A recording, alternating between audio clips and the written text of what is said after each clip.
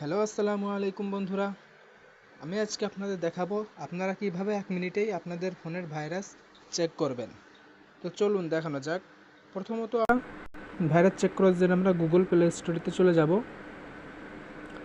যাওয়ার পর উপরের দিকে প্রোফাইল আইকন যেটি আছে ওটার উপর ক্লিক করব। ক্লিক করার পর আমি একটু নিচের দিকে একটু স্ক্রল করব। স্ক্রল করে আমি আপনাদের দেখাই দিই। এই যে দেখেন প্লে প্রোটেক্ট নামে একটি অপশন আছে। এই প্লে প্রোটেক্টের উপর কি করবেন, ক্লিক করবেন। প্লে প্রোটেক্টের উপর ক্লিক করার পর আপনাদের সামনে এরকম একটি অপশন আসবে, স্ক্যান। আপনারা কি করবেন, স্ক্যানের উপর ক্লিক করবেন। ক্লিক করার পর আপনার ফোনের সমস্ত অ্যাপ স্ক্যান করা হবে, যে কোনো অ্যাপসের ভিতর ভাইরাস আছে কিনা।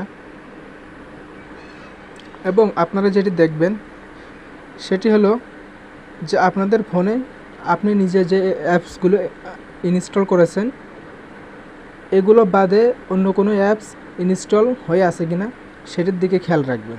যদি অন্য কোনো অ্যাপস আপনার অজান্তে ইনস্টল হয়ে থাকে অবশ্যই সেই অ্যাপসটি কী করবেন, ডিলিট করে দেবেন।